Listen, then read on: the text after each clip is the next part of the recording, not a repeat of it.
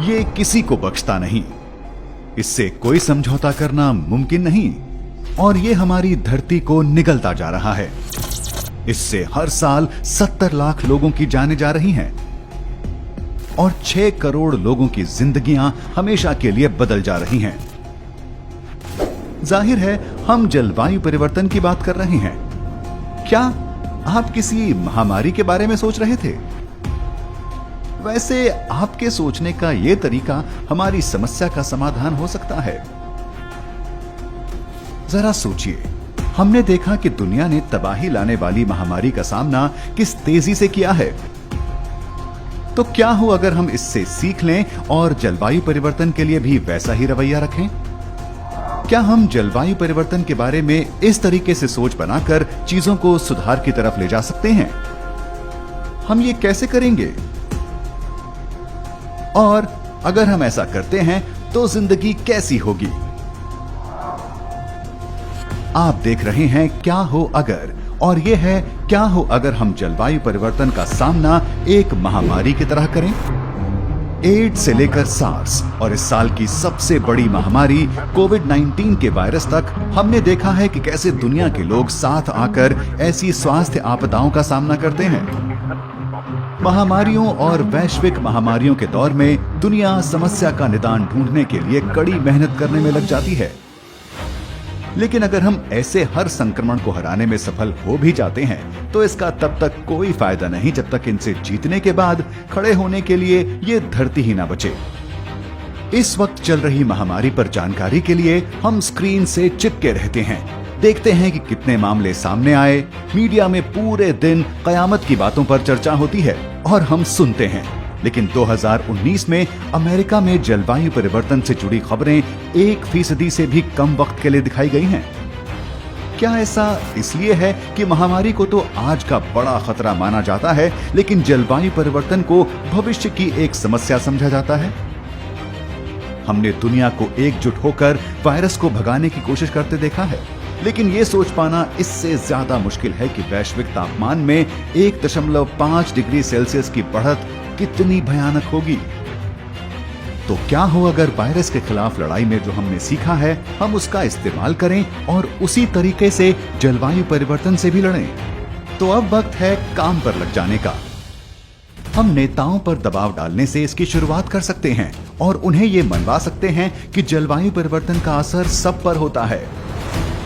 ये एक वैश्विक समस्या है, इसमें कोई शक नहीं है। लेकिन आगे क्या? सबसे पहले तो उन्हें पवन ऊर्जा पर निवेश करना चाहिए। ये ग्रीन हाउस गैसों के उत्सर्जन को रोकने का सबसे अच्छा तरीका है। अगर साल 2050 तक हम पवन चक्कियों की संख्या बढ़ा देते हैं तो इससे पैदा होने वाली दुनिया की 4.4% बिजली बढ़कर 26.9% तक हो जाएगी। इससे ग्रीन हाउस गैसों का उत्सर्जन 147 गीगाटन तक कम हो सकेगा। आपको समझाते हैं।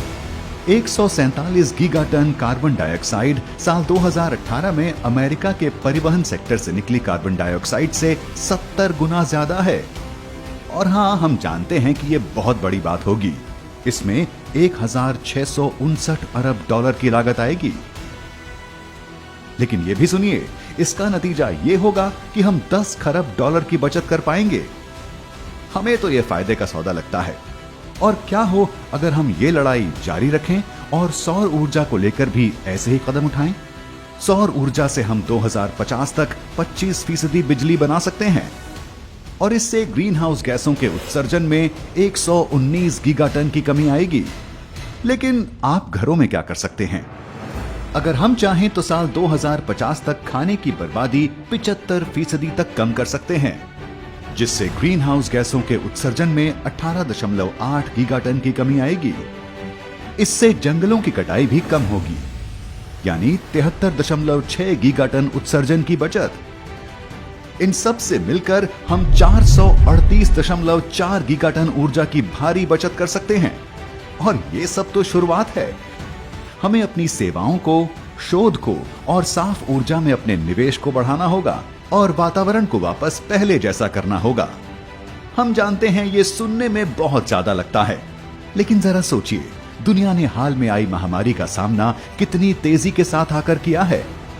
अगर हम साथ मिलकर काम करते हैं तो ये जरूर मुमकिन हो सकता है। हम आज ही जलवायु परिवर्तन से लड़ाई शुरू कर सकते हैं। हमारे पास इसके लिए जरूरी भरपूर जानकारी और तकनीक है, और हमारे पास सूरज की, हवा की, पानी की और जमीन के नीचे के गर्म पानी की ढेर सारी ऊर्जा भी है। हम ये कर सकते हैं। जब हम इस बारे में सोच ही रहे हैं तो और क्या हो सकता है जो हम अपनी धरती के लिए कर सकते हो? क्या हमें इसे शेयर करने में और ज्यादा समानता नहीं लानी चाहिए? क्या हो अगर हम धरती का आधा हिस्सा ही वन्य जीवन के लिए छोड़ दें? इस पर बात करेंगे क्या हो अगर के किसी और वीडियो में।